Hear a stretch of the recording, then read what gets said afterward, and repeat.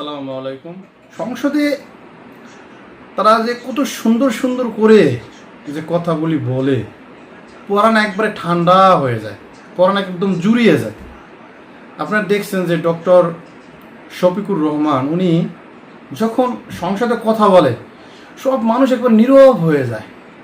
মানে কত সুন্দর গুছিয়ে কত সুন্দর করে বলে। অনেক মানুষ ভাবে দেশের জনগণ, তারা ওনার ভিডিও কিন্তু আপনারা দেখছেন মিলিয়ন মিলিয়ন পর্যন্ত ভিউজ হয়। এই এনটিভি চ্যানেল, অন্য অন্য চ্যানেলে যে ভিডিওগুলো হচ্ছে 1 ঘন্টা 15 মিনিট মানুষ দেখে। জনগণ অনেক সময় ভাবে যে এরা আমরা কেন প্রধানমন্ত্রী বানাইলাম না। ডক্টর শফিকুর রহমান যে বিষয়গুলি নিয়ে কথা বলে বর্তমানে কিন্তু ওই বিষয়গুলি সমস্যা কিন্তু বাংলাদেশে চলতেছে। আবার যারা এখন প্রধানমন্ত্রী রয়েছেন তারেক রহমান, উনিই কিন্তু দেশের জন্য কাজ করতেছেন। এই যে আপনারা দেখছেন যে চীনের সাথে এখন বর্তমানে যে একটা বিষয় নিয়ে আলোচনা করতেছে, এটা কিন্তু একটা ভালো উদ্যোগ। আমাদের বাংলাদেশি মানুষ তারা যদি চীনের যদি ভাষা বা অন্য অন্য দেশের ভাষা যদি আয়ত্ত করতে পারে, তাহলে সেখানে গিয়ে তারা ভালো জব পাবে, ভালো কাজ করতে পারবে এবং এই আমদানি রপ্তানি বিজনেসের ক্ষেত্রে অনেক সুযোগ সুবিধা হবে। এটা কিন্তু একটা ভালো উদ্যোগ। কিন্তু আপনারা দেখেন আমাদের বাংলাদেশে এত জনগণ, তারপরে কিন্তু বাংলাদেশে কিন্তু আয় উন্নতি হচ্ছে না।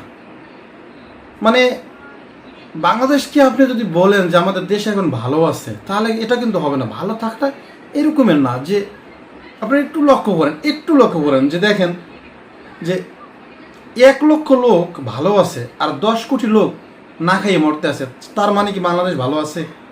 এটা না তো, এই ভালো থাকাটা না।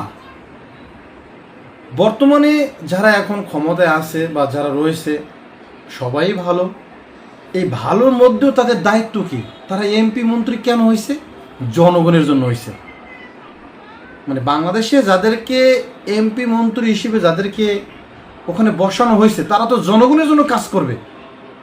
যে যার এলাকায় এমপি, সে তো তার এলাকায় কাজ করবে।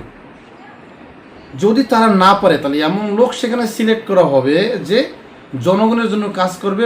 এখন তার এলাকায় বর্তমানে কোন জিনিসটার ক্রাইসিস আছে, ওইটা খুঁজে বের করে ওই বিষয়গুলি ঠিক করতে হবে। এখন আপনারা অল্প একটু কাজ করে পুরো টাকাটা যদি মেরে দেন, তাহলে তো বাংলাদেশের জনগণ আর ভালো রইল না। আপনি দেখেন বাংলাদেশের কোন এলাকায় আপনি যাবেন, রাস্তাঘাটের অবস্থা আপনারা দেখছেন। মানে যে পরিমাণ বাজেট সব চুরি করে খাই ফেলাইছে। শুধু দেখা যাচ্ছে খালি ইটের খোয়া। আপনি যদি 2-5-10 দিন যদি কোনো এলাকায় ঘোরেন, তাহলে আপনার অবস্থা কাহিল। এই হলো বাংলাদেশের অবস্থা। তারপরে আপনারা দেখেন যে এই যে বাংলাদেশের, আমরা যদি দেশের একটু বিভিন্ন অন্য দেশের কথা একটু চিন্তা করি, আপনি একটু পৃথিবীর বিভিন্ন দেশের কথা যদি আমরা চিন্তা করি, সেখানে দেখবেন লোক সংখ্যা কম, তারা এত উন্নত, তাদের পরিবেশ এত ভালো, তাদের ভিতরে খাই এগুলো কিছু না। এর কারণ কি? তাদের দেশের চাইতে কিন্তু আমরা বলি যে ইউরোপ, জার্মানি, এই ফ্রান্স, এই ইটালি, এই সমস্ত দেশ অনেক উন্নত। আমি মনে করি ওই সমস্ত দেশের চাইতে আমাদের দেশ আরও বেশি উন্নত। শুধু ওই দেশের যে আইন কানুনটা, এই আইন কানুনটা আমাদের দেশে আপনারা প্রতিষ্ঠা করেন, দেখুন ওই সমস্ত দেশের লোক বাংলাদেশে এসে কাজ করতে বাধ্য। কথা বোঝা গেছে? আমাদের দেশে একজন লোক কোটি কোটি মিলিয়ন মিলিয়ন টাকার মালিক, আর 1000 লোক না খাই মরতেছে। আর ওই দেশে আপনারা দেখুন ইটালিতে মাথা পিছু মানে যত লোক আপনারা দেখবেন কাম করতেছে, তারা শুধু তাদের সিকিউরিটিতে আছে, তারা জীবনযাপন করে শান্তিতে আছে, তারা এক জায়গায় ওপেনভাবে তারা সুন্দরভাবে চলাফেরা করতে পারতেছে।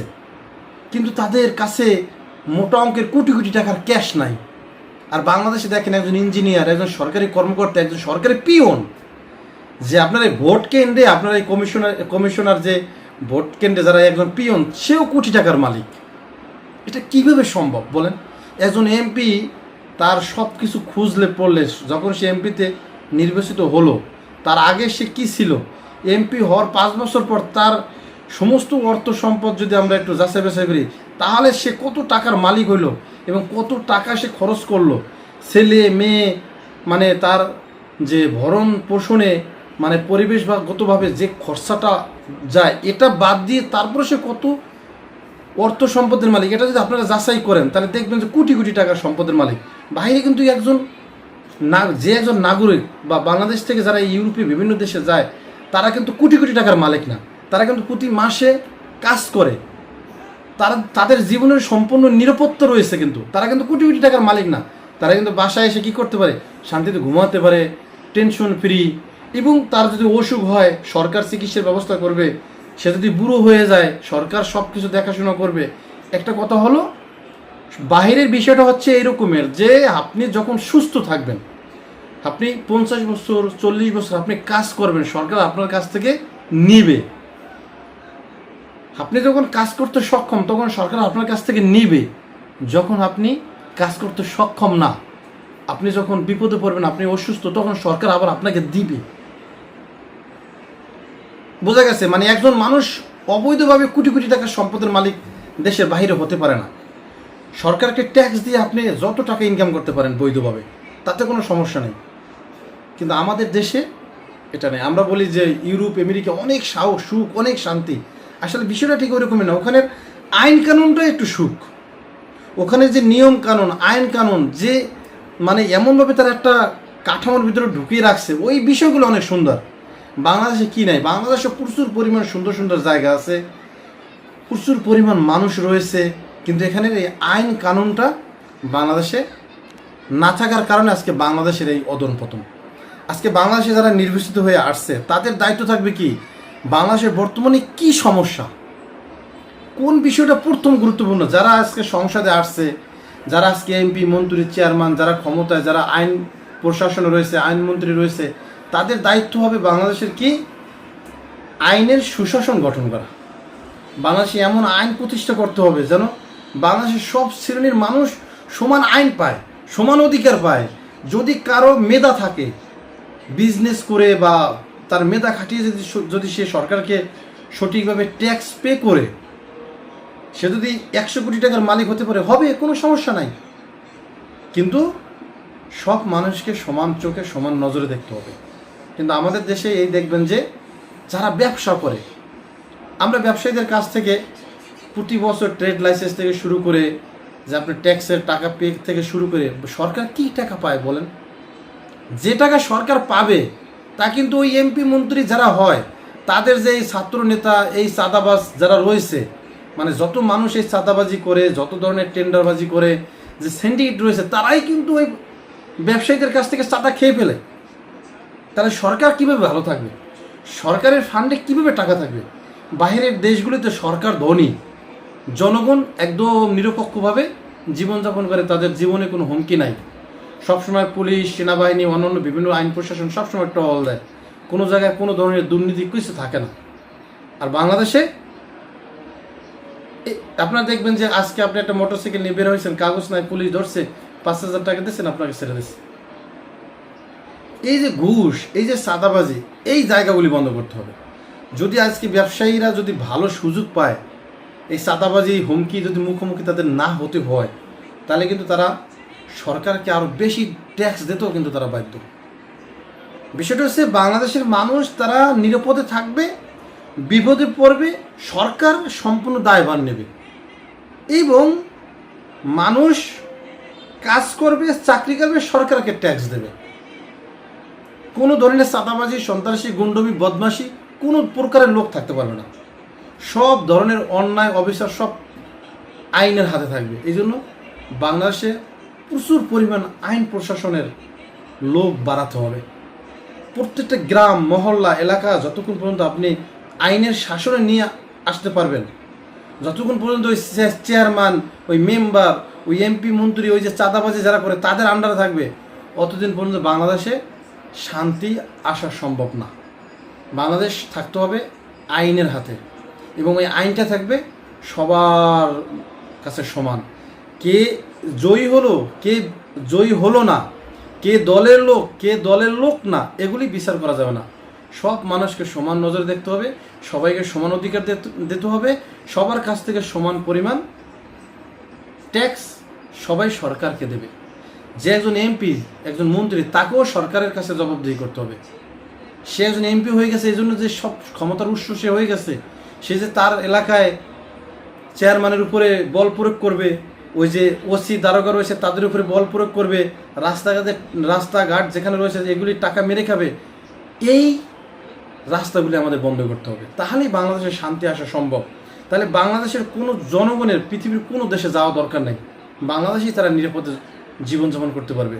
যতক্ষণ পর্যন্ত এই আইন প্রশাসন, যতক্ষণ পর্যন্ত বাংলাদেশের কাঠামোটাকে, মানে এটা কিন্তু একজন প্রধানমন্ত্রী যে সৎ, এবং এই বিরোধী দলের যে একজন মন্ত্রী রয়েছে যে এই ডক্টর শফিকুর রহমান, তার দ্বারা কিন্তু সম্ভব না পুরো বাংলাদেশটাকে চেঞ্জ করা। সে হয়তো বা বলতে পারবে, কিন্তু এটা করতে হবে আমাদের সবার মিলে। এজন্য আইন প্রশাসনকে এমনভাবে জব্দ করতে হবে, এমনভাবে তাদের উপরে চাপ প্রয়োগ করতে হবে, তারা সুতোর মতো সোজা হয়ে থাকবে। একমাত্র সরকারি বেতন ছাড়া তাদের আর একটা টাকা যেন ইনকাম না হয়, এই রাস্তা তাদের বন্ধ করতে হবে। এবং প্রত্যেকটা সেক্টরে আলাদাভাবে আমরা সৎ লোক, যেমন কোরআনের হাফেজ বলেন, বড় বড় মুফতি, বড় বড় মাওলানা, তাদেরকে সেখানে নিয়োগ দিতে হবে, তাদেরকে পারমিশন দিতে হবে। একজন এসআই, একজন দারোগা, একজন ওসি, তাদের ক্ষমতার চাইতেও তাকে বেশি পাওয়ার দিয়ে রাখতে হবে। তাহলে তারা আর ওই থানায় বসে দুর্নীতি করতে হবে না, করার কোনো ক্ষমতাই নেই, কোনো অপশনই নেই। আমরা যতই সংসদে বসে আইন পাশ করি না কেন, বাজেট পাশ করি না কেন, যতই সুন্দর সুন্দর কথা বলি না কেন, আগে বাংলাদেশের একটা জেলাকে আমরা পরিবর্তন করি, একটা জেলা করে আমরা ধরি, একটা জেলা পরিবর্তন করে তারপরে আমরা প্রত্যেকটা জেলায় যাই। তাহলেই দেখবেন বাংলাদেশের সব সেক্টরের সব জেলার লোক একদম সুতোর মতো সোজা হয়ে যাবে, এবং সবাই বসবাস করে শান্তিভাবে, যে যার মতো যোগ্যতা রয়েছে ওই যোগ্যতা দিয়ে সে তার মতো এগিয়ে যাবে। থাকবে আইনের শাসন, এবং এমপি মন্ত্রী তারা তো থাকবেই, তারাও আইনের ঊর্ধ্বে না, তাদেরকেও সব কিছুর জবাবদিহি করতে হবে তারা যদি দুর্নীতি করে, ঠিক কিনা? সংসদে তো তারা অনেক সুন্দর সুন্দর কথাই বলে, কিন্তু এই যে তারপরও যে তার এলাকায় এই যে অপকর্মগুলো হয়, এগুলি কারা করে, এগুলো আমাদেরকে ধরে বের করতে হবে। তাহলেই দেখবেন যে বাংলাদেশের মানুষ ভালো থাকবে। এবং এই চাঁদাবাজি বন্ধ করতে হবে। একদিক থেকে সরকারকে ট্যাক্স দেওয়া হবে, জনগণ দেবে ট্যাক্স, জনগণ বিপদে পড়বে, সরকার জনগণকে দেখবে। তো বন্ধুরা, এই বিষয়গুলি যখন ঠিক হবে তখনই আমাদের বাংলাদেশের মোড় ঘুরে আসবে, বাংলাদেশ অনেক দূর এগিয়ে যাবে। তখন ওই বাংলাদেশে আপনি দেখবেন যে যত ধরনের আবিষ্কার দরকার সব করতে পারবে। শিক্ষা ব্যবস্থার যে অবস্থা, সব কিছুর উন্নতি সম্ভব। প্রথমে যারা এই বড় বড় মাতাওয়ালা আছে তাদের আগে ঠিক হতে হবে, সৎ হতে হবে। তারা এখন ক্ষমতায় এসে যদি কোটি কোটি টাকা বাংলাদেশ থেকে সরিয়ে দেশের বাইরে বাড়িগাড়ি করে, তাহলে হবে? এই রাস্তা আমাদের কি বন্ধ করতে হবে। তো বন্ধুরা, কথাগুলি খুবই মূল্যবান, কিন্তু এই কথাগুলি যদি কাজে প্রয়োগ করা না হয়, কাজে প্রমাণিত না হয়, তাহলে বৃথা। তো বন্ধুরা, সবাই ভালো থাকবেন, সুস্থ থাকবেন, দেখা হবে পরবর্তী ভিডিওতে। আল্লাহ হাফিজ।